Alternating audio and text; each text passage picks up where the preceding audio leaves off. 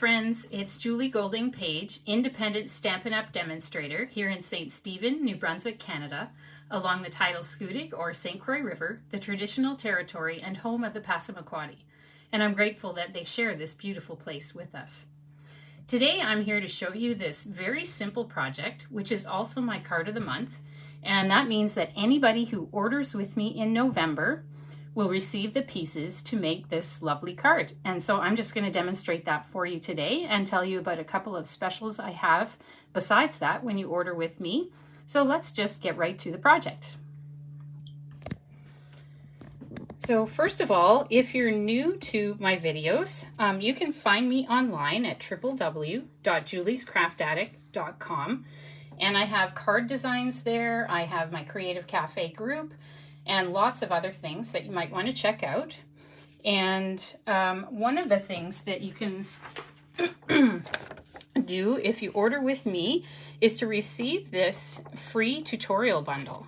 So it features the Magical Meadow Bundle, and that's actually the stamp set that I used to make today's card. So I will show you that in just a few minutes. So you receive the free tutorial bundle with any order. And also, if you place an order of $60 or more before tax and shipping, I will give you my November special, which is a free pack of embellishments. And I would love to gift that to you if you place an order with me. So let's get to our project now. And please excuse my voice today. We've just turned on the heat in the last week, and I'm finding it super dry. And so I'm having trouble with my voice today. So I'll just be drinking a little bit of water and clearing my throat from time to time. And I hope that won't interrupt the video too much. So here is our stamp set. And one of the things I like about Magical Meadow is that it has winter sentiments that can be used for any winter holiday or no holiday at all, because you have winter wishes. May this season of sparkle bring joy and delight, and the colder weather brings us together. So this is a great set to use now. It's a great set to use over the holidays, and it's a great set to use after the holidays are done as well. And it has beautiful images and a lovely coordinating paper as well. And so let's go right to our project. Let's stamp our image first. So I used Winter Wishes, and I used Early Espresso ink to coordinate with the trees in the background here. So let's go ahead and we will do that first thing. Now this is a cling stamp set, and the cling stamps do come with a built-in foam cushion. So you don't need a cushion underneath. You can just stamp on a flat surface, and that should work just fine.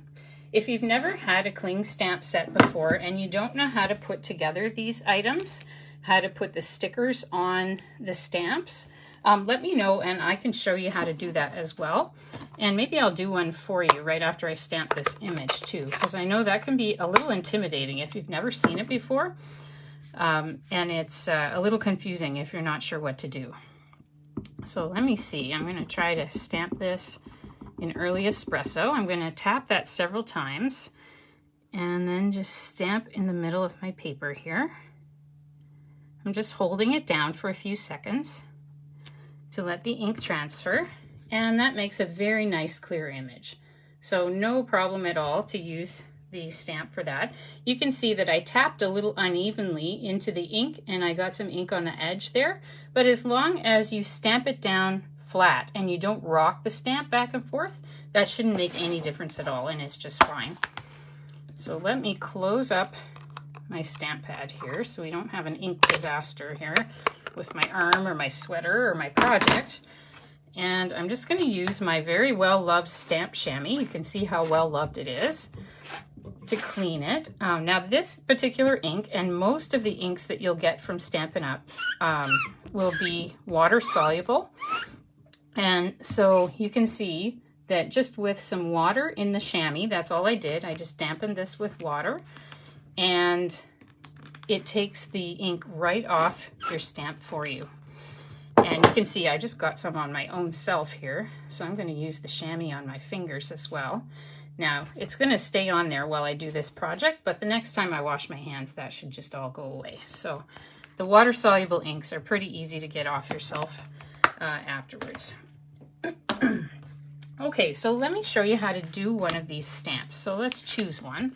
Let's choose this nice one with the little berries. So on the back of your sticker sheet, one side is just flat and smooth, you can see.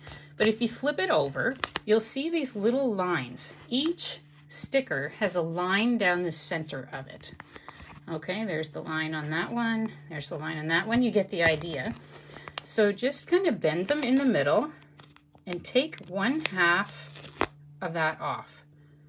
Okay, and then bend it again, and you can take the other half off. Now, try not to handle it with your hand because it's quite sticky. And so we're just gonna put that down and out of the way. I'm going to punch out this extra stamp here that we're going to put on there. So you just punch it out of the red rubber casing, and then there's gonna be a bit of a covering on the back, a paper that you take off.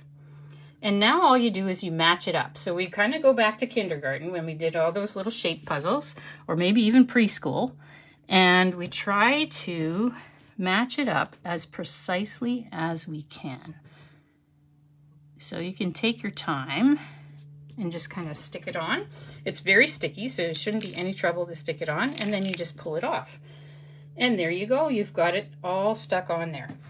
Now, what I like to do afterwards is I keep everything in my red rubber stamp outline here, and I just put the stamp back in where I got it, and what it does is it sticks to the back of the case. So let me show you over here. So inside of the case, see, it sticks on, and then it'll come off readily when you want it. So I just put them back where I had them in the first place, how they came from the factory, and then I put everything away for next time. So that's pretty simple. All right, now next thing we're gonna do is cut out our words here. Oh, and if you're watching today, I'd love to hear where you're watching from. And also whether you had some people for Halloween at your house last night. Normally I come on at around 10:30 in the morning. Now today I'm almost an hour later than that, partly because I was having trouble with my voice and partly because we were all really tired after everybody dressed up. My husband and I dressed up, and you can see the picture actually of what we dressed up like on Julie's Craft Attic page. And my daughter dressed up as well, and she went out for Halloween with her friends, and it was just a really fun event. It always is. We like it as a community event. Get to see your neighbors and so on. But we were all really tired this morning and had a hard time getting up. So everything's a little bit behind today, but that's okay. Okay, so there's my winter wishes words. Okay, and you can see, you can decide how you want to cut them out. This one, I just kind of went down over the top of the W. This one I cut in a little bit more, and I might just cut it a little bit more than that. I'm just going to go down inside the W a bit more because I think I'll like the look of that a bit better. But you can do it differently every time if you want to. Just depends on how detailed you want to be about it. But there's no rule about it, so you can just decide. So let's see what I got this time. There, so I cut out right around the W that time, and that looks pretty nice. So I think that will do really well. Okay, so we'll just leave it like that. And now we just need to assemble the card. So I have a card base here, and this is made from Petal Pink. So Petal Pink is a really great color. I use it a lot, and it's one of the colors that's in this DSP, the Designer Series paper. So it's a beautiful pattern here, and the color is up here in the sky, as you can see. Now this is called the One Horse Open Sleigh paper, and I brought a few other samples of it just so you could see what they look like.